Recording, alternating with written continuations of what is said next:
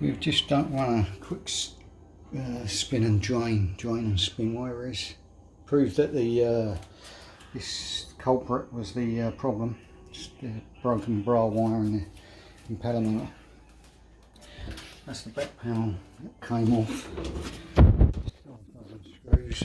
And when I looked in, you can see the motor at the back there. It's mounted on the bottom of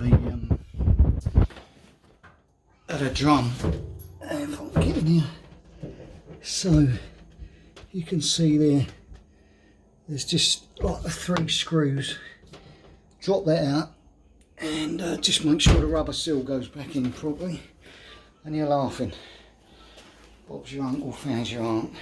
Done the job here. Just get this baby back.